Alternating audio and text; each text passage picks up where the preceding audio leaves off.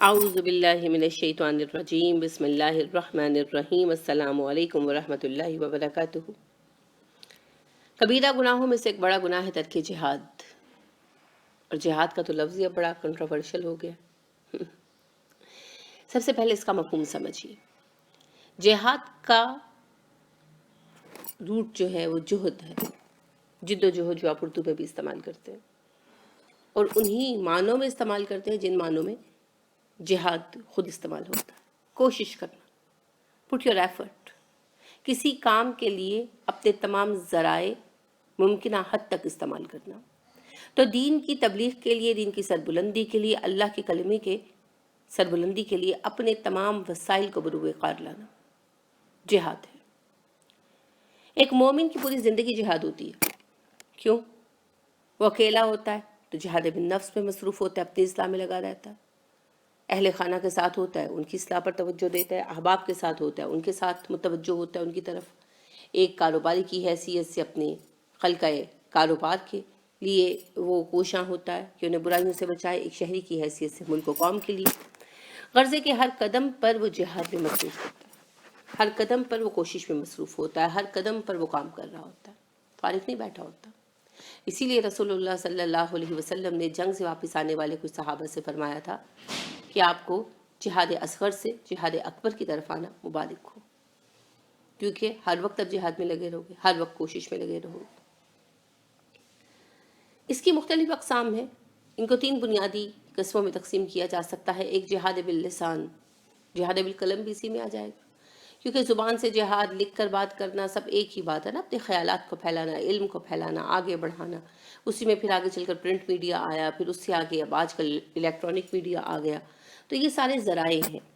بات ہے علم پھیلانا، علم عام کرنا، علم کے ذریعے ہی مسائل دور ہوں گے۔ رسول اللہ صلی اللہ علیہ وسلم نے بنیادی طور پر علم ہی کا جہاد کیا تھا۔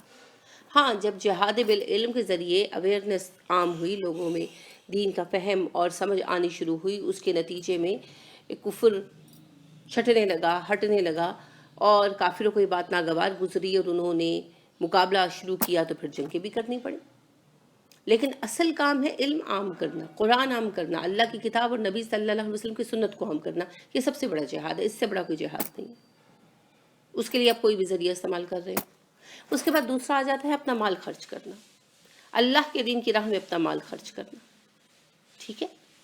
تو وہ بھی تمام اس میں ذرائع آ جاتے ہیں۔ طالب علموں کی کفالت کرنا، علم پھیلانے کے ذرائع اختیار کرنا، ڈیفنس کے معاملات میں اپنا مال دینا، وہ سبھی مواقع جن پر مذہب کو، دین کو، قوم کو آپ کے مال کی ضرورت ہو، آپ حاضر ہوں، تو وہ اللہ کی راہ میں مال خرچ کرنے میں آ جاتا ہے، اور جہاد بالمال ہے۔ اس کے بعد تیسری قسم آتی ہے، اور وہ ہے جہاد بن نفس۔ اسی کا نام قتال ہے، اللہ کی راہ میں جنگ کرنا۔ تو اس میں کوئی شرم کی بات نہیں ہے، کوئی جھجک کی بات نہیں ہے۔ ٹیررزم کو الگ رکھیے، جہاد کو الگ رکھیے، ٹھیک ہے؟ اس میں آپ دونوں کو آپس میں منگل اپ کر کے غلط مفہوم دے کر اپنے آپ کو شرمسار محسوس مت کیا کریں۔ ہر قوم میں ٹیررسٹ پائے گئے، ہندوؤں میں بھی پائے گئے۔ بدھ مذہب جو دنیا کا سب سے زیادہ پرامن مذہب مانا جاتا ہے، اس میں کیا ٹیررسٹ نہیں پائے گئے؟ پائے گئے نا۔ تامل ٹائیگرز کی جو تحریک ہے تو وہ بدھوں کی رہی۔ اس کے علاوہ پھر آپ دیکھیے کہ یہ برما میں جو کچھ ہوا، کیا بدھوں نے نہیں کیا؟ لیکن کسی ایک مذہب کے کسی ایک گروہ یا 2 گروہ یا چند 100 یا چند ہزار افراد کے ٹیررسٹ ہو جانے کا مطلب یہ نہیں ہے کہ وہ مذہب ٹیررزم پر بیس کرتا ہے۔ یہ آپ کو خود سمجھنا ہوگا تاکہ آپ کے اندر اعتماد آئے۔ لہٰذا اگر کوئی مسلمان ٹیررزم کی طرف گیا یا نہیں گیا، ہمارے پاس تو معلومات ہی نہیں ہے، ہم تو نہیں جانتے جتنا میڈیا میں بتا دیا جاتا ہے۔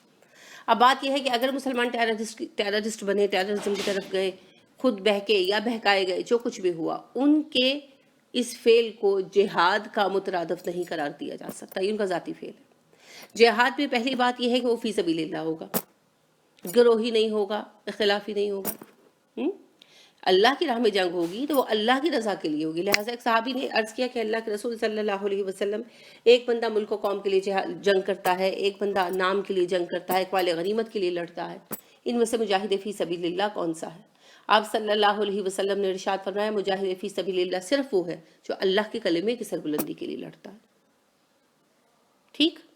تو پہلی بات تو یہ ہے کہ اللہ کی راہ میں جہاد کیا جائے گا، ان مقاصد کے لیے نہیں جن مقاصد کے لیے آج ہو رہا ہے. آج دنیا میں زیادہ تر جہاں جہاں جنگ ہو رہی ہے سیاسی مقاصد پر ہو رہی ہے.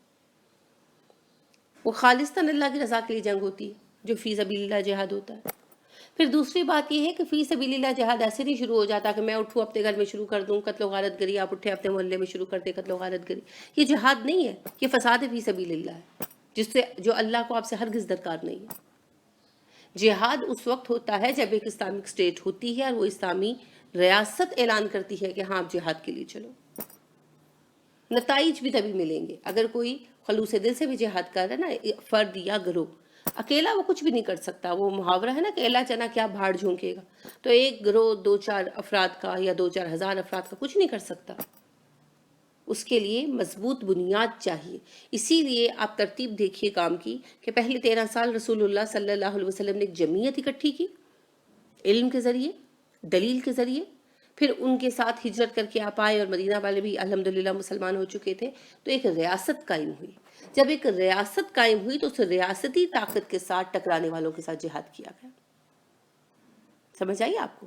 تو پہلے ایک اسلامی ریاست ہو جو اسلام کے اصولوں پر کام کر رہی ہو، لوگ اسلام کے اصولوں کے مطابق زندگی گزار رہے ہوں اور اپنے آپ کو اللہ کے قانون کے تحت انہوں نے پابند کر دیا ہو.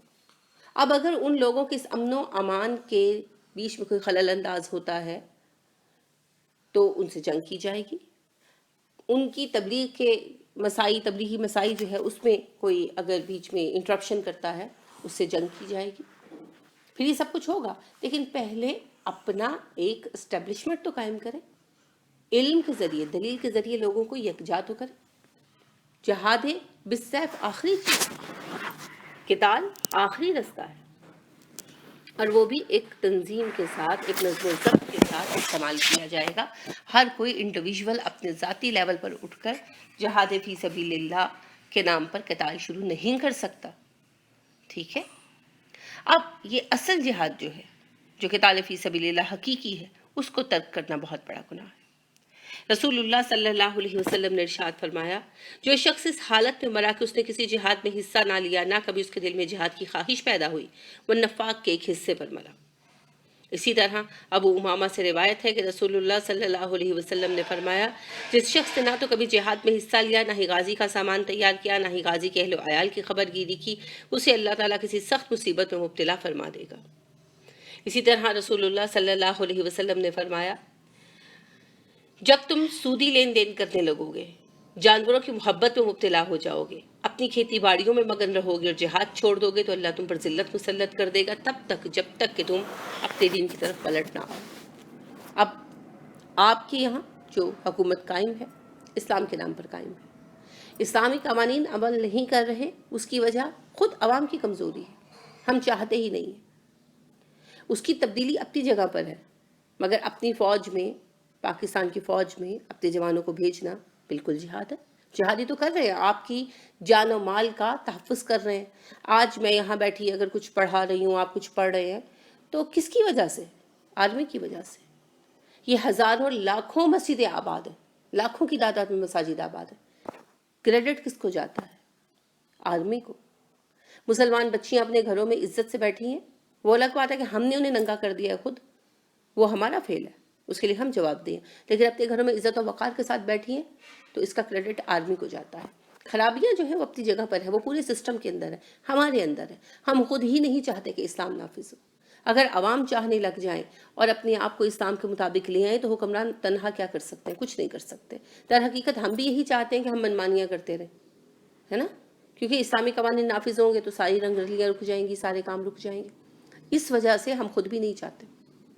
یہ ایک علیحدہ بحث ہے، بہت لمبی ہو جائے گی. لیکن آپ کی آرمی ہی آپ کو محفوظ رکھے ہوئے ہے. تو جتنا بھی دین کا کام ہو رہا ہے، جیسا بھی دین کا کام ہو رہا ہے، ٹوٹا پھوٹا دین پر عمل ہو رہا ہے، نام کے مسلمان صحیح ہم لوگ، لیکن جتنا بھی امن و امان ہے، سکون ہے، وہ آرمی کی وجہ سے. تو وہ مجاہد ہیں، وہ آپ کے لیے لڑتے ہیں، مومنین کے تحفظ کے لیے لڑتے ہیں، مسلمانوں کے تحفظ کے لیے لڑتے ہیں. جہاں عالم اسلام میں کوئی مصیبت نازل ہوتی ہے وہاں پر پاکستانی فوج سینہ سفر ہوتی ہے. جہاں کوئی مسئلہ درپیش آتا ہے پاکستان میں یا عالم اسلام میں، وہیں پاکستانی فوج اسلامی اتحاد کے نام پر جاتی ہے، تو یہ آپ کے مجاہدین ہیں۔ اس کا مطلب کہ حکومت جو ہے وہ اسلامی اصولوں سے ہٹی ہوئی ہے اور ایک بالکل الگ ہی انفراسٹرکچر جو ہے وہ پاکستان میں چل رہا ہے۔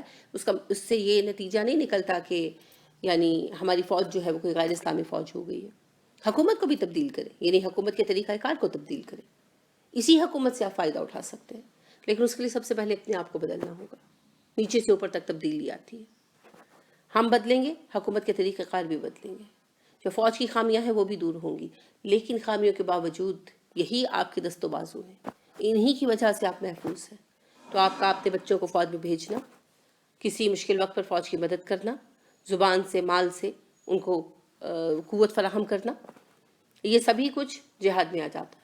اس کے لیے آپ کو کوئی علیحدہ گروہ کھڑا کرنے کی ضرورت نہیں ہے، ٹھیک ہے؟ اور اپنے ہی قوانین کو اسلام کے سانچے میں ڈھالیں اور اسلام کا نظام رائج کریں اپنی زندگیوں میں۔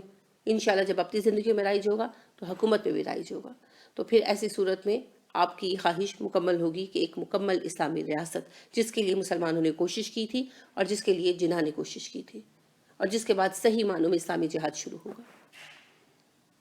تو ابھی بھی جتنا کام فوج کر رہی ہے، جو وار آف ٹیرر جو لڑی گئی، جو اس کے علاوہ کام ہوئے، جو سرحدوں پر جنگیں ہوتی ہیں، وہ سبھی جہاد ہے، سبھی جہاد ہے۔ تو آپ کے بچے جو فوج میں جاتے ہیں وہ مجاہدین میں شامل ہیں، جو آپ ان کی زبان سے مال سے مدد کریں گے وہ بھی اسی میں آئے گی، اس کے متعلق کوئی شبہ مت رکھیے، ٹھیک ہے؟ تو جہاد کا ترک کر دینا، مکمل طور پر ترک کر دینا، چھوڑ دینا، یہ بہت بڑا گناہ ہے، اور اس کے نتیجے میں مسلمانوں کا زوال ہوگا۔ آج زوال کی بڑی وجہ یہی ہے۔ آپ اگر مسلمانوں کے جو ممالک ہیں ان کا ہاتھوں سے نکلنا اگر آپ دیکھیں تو اکثر ممالک کے پاس یا تو فوج نہیں تھی، اور یا پھر فوج جو ہے وہ سیاسی مقاصد کے لیے ہی استعمال کی جاتی تھی، اپنے صحیح خطوط پر کام نہیں کر رہی تھی۔ اسی وجہ سے زوال کا آغاز ہوا، اور یہ بڑھتا جا رہا ہے اور بڑھتا ہی جائے گا اگر ہم اس سلسلے کی روک تھام نہیں کریں گے۔ تو اللہ ہمیں توفیق عطا فرمائے، ہم جہاد کے صحیح مفہوم کو سمجھیں اور اس عظیم الشان تدبیر کو اس کے صحیح شکل و صورت میں صحیح اصولوں پر استعمال کر سکیں۔ آمین۔ سبحانک اللہم و بحمدک ونشہد ان لا الہ الا انت ونستغفرک ونتوب الیک۔ السلام علیکم ورحمۃ اللہ۔